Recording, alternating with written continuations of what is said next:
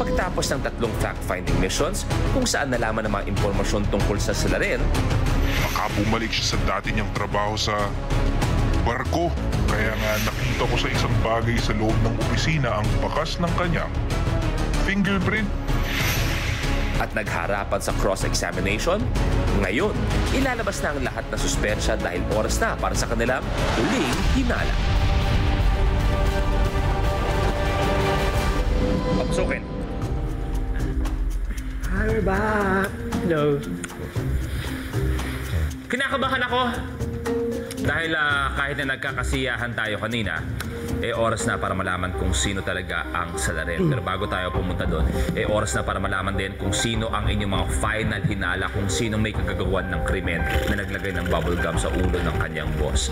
Sweet, pwede bang tabihan mo muna ako? Ang hihingi ko sa inyong lahat ay rason kung bakit at ituturo niyo sa akin kung sino ang tingin niyong salarin. Sweet. Siya ang aking final hinala. Dahil number 1, may nakita ko, naramdaman ko ang kanyang mga delaying tactics. Number 2, yung clue na nakita namin sa laptop, siya lang ang pwedeng magtrabaho sa ganon. Kaya naman, Sweet, ituro mo sa harap namin lahat kung sinong tingin mong salarin. Sabi ko naman, pwede naman to.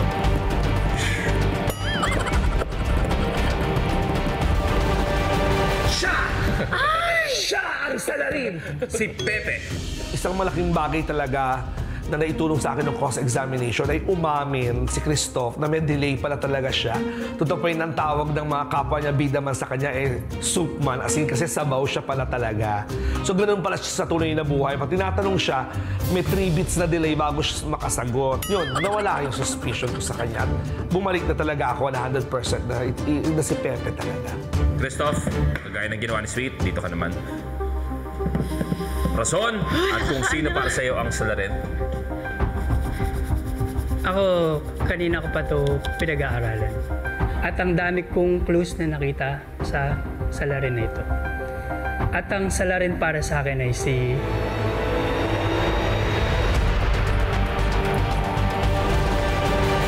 Pepe. Dalawa na! Dalawa bigla ang kay Pepe. Nung nakita ko yung fingerprint, medyo hawig din sa kamay ko ng konti.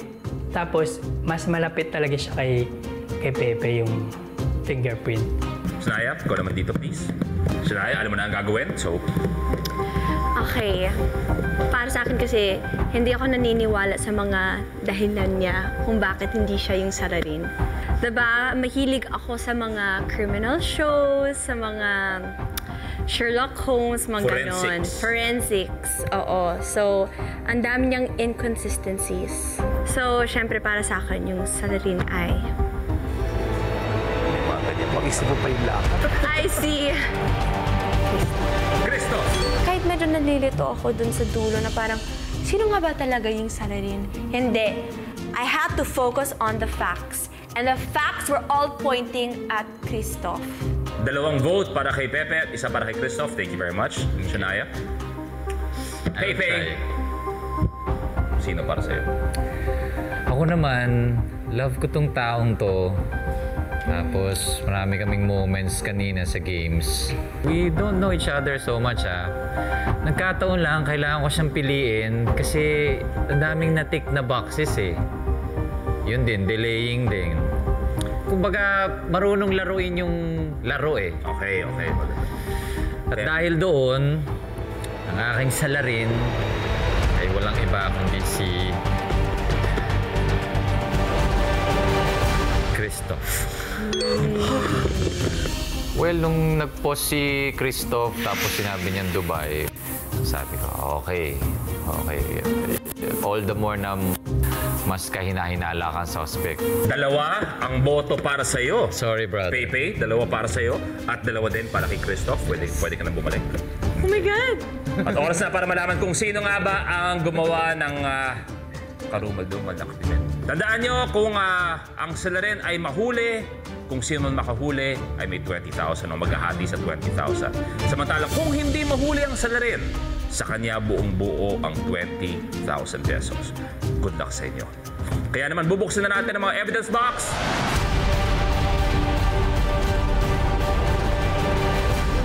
Shania, ikaw muna. Grabe mo. Yan ang flat twist. Bait-bait ka eh. No looking. Sorry. Oo nga, nakakasabot ka rin. Anong favorite food mo? Siguro favorite. Uy, hirap siya. Hindi ko di sumasagot. Japanese. And this. Tagal niya sumagot. Parang lipstick yata yan, ha? Lipstick? Wala akong lipstick, girl, ha? Naka-lipstick.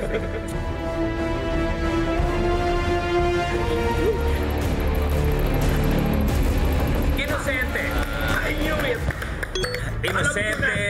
Si Shania, tama ang sinasabi nga ni Sweet kanina, imposibleng nagawa. Shania, inosente ka.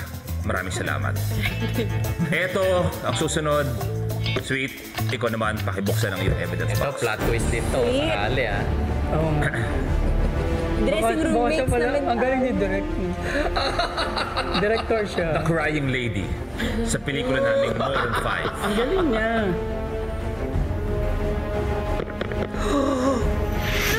Medyo effort si Sweet. Yan. Abot na ba? Kay Sweet naman parang sobrang effort niya na mapaghihinalaan mo din as a salarin.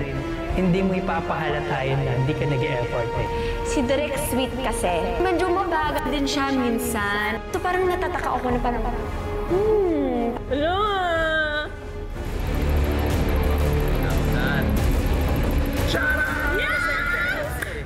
Inosente. At nagkataon ang may dalawang boto. Sila ang natitira. Sweet, congratulations. Ikay inosente. 2 boto para sa'yo, Christoph, mula sa kanilang dalawa. 2 boto para sa'yo, Pepe, mula sa kanilang dalawa. Sabay niyong bubuksan. Ay! Evidence box. Tandaan niyo, ang hinahanap natin ay bubble gum. Dapat may audience. Ay!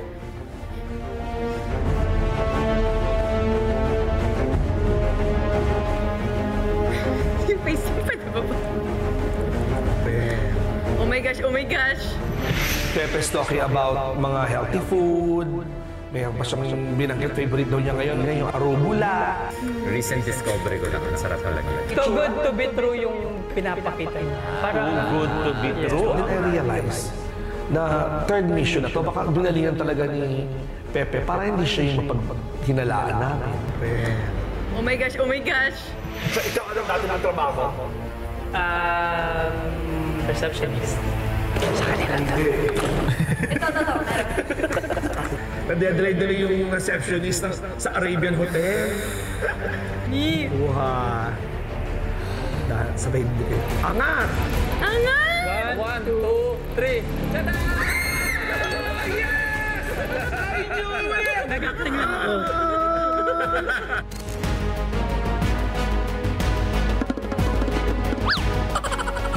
Yun na nga. Alam nyo na. Ako yung salarin eh. Di ako. Pepe, ikaw ang salarin. Christoph, inosente ka. Ang ibig sabihin, Christoph at Sweet, hati kayo sa 20,000 pesos. May pang-bar na tayo. Ano ang pakiramdam, Shania, na siya pala ang salarin? I feel betrayed. Tawa ko ng tawa dyan. I'm just proud of my skills.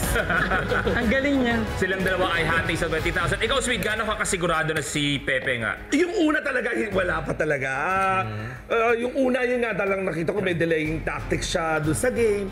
Pero yung sa pangalawa talaga, nabaling talaga ang attention ko rito kay Christoph. Until sa cross-examination na inamin niya na sa tunay na buhay, Sabaw may siya. delay pala talaga, sabaw siya. So, okay yung pala yun. Ay, ikaw naman, Christoph, gaano ka kasigurado na si Ako Pepe? nung first round pa lang, sure na ako na si Pepe. So, nagpanggap talaga ako na salarin para lituin yung dalawa. Walang iyak. Para masolo ko yung prize. So, Ang daming pasikot-sikot, ah. so na ano silang dalawa. Pero nahuli ako dun sa doon nga. Sa cross-examination. Pero ikaw ba Sayang. sinubukan mo magsabotahe ng mga game? Hindi. Mission 1, diskarte ko. Sinusubukan kong i-delay na hindi halata. Kaya marami akong tanong. Siguro yun yung nahuli ni Sweet. Dami ko sinasabi. Pag lilipat pa ba tayo, okay na to? Sige, buuin muna natin. Nung game 2, may mga nakita kong item na hindi ko tinuro kaagad dun sa teammate ko. Ito ay Meron ba? Hindi, wala. Ito. May Yes. Baliktad. rectangle. Yung mission 3, ginalingan ko na kasi nakita ko nahihirapan naman si Christoph. So naisip ko, para hindi nila mahalata na nagde-delaying ako. Galingan ko na. Oh, ha? Yan. Ay! Yan. Ay! Ha? Yan. Yun, up! Up, stop! Ha! Akala ko ligtas na ako. Ako kasi tinuturo talaga nila si Christoph, pero hindi pala. Ito, yung mga clues natin, pag-usapan natin. Yung, ano yung pangalawang clue? Yung sa nagtrabaho abroad. Feeling ko, doon pa lang madadali na ako ni Direk Sweet eh. Kasi alam niyang kumakanta ako. Napanood niya ako sa Rao Pages eh. At saka, at saka ito, parang barko?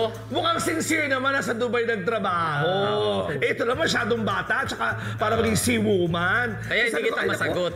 Seafarer, para tong si ano to. Pero dalawa sila tinatanong ko kung sino nagsiman, para yung hindi umaamin. Hindi ko na At syempre sa lahat ng mga katropay natin ang katanungan ay kung kayo ba ay maling akala o tamang hinala. Pero syempre nandiyan ang special agent natin na si Karina para sabihin sa atin kung sino nga ba ang may tamang hinala sa inyong lahat. Maraming salamat, Kuya Luis. At ayun na nga, huling-huli ka, Pepe.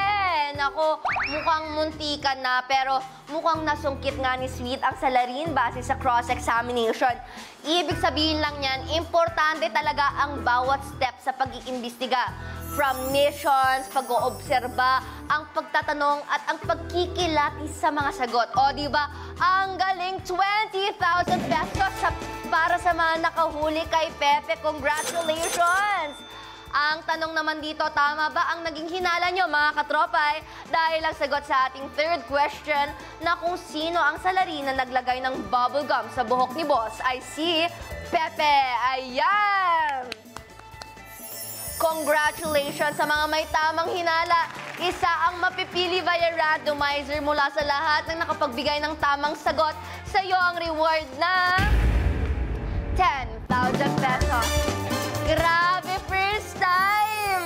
Oo, sa lahat ng sumagot at sumunod sa kanilang kutob na nakapagbigay ng tamang hinala, heto na ang listahan ng 3 katropay na nakatanggap ng reward ngayong gabi. Checked by DTI representative at napili via randomizer. Heto na ang magkakashing-kashing. Kaching! Congratulations! Ayan, nanalo ka ng 4,000 pesos! Ayan! At of course, ito na nga ang lucky winner natin. First time mananalo ng 10,000 pesos. Dito lang yan sa pi.com.ph. Congratulations, guys!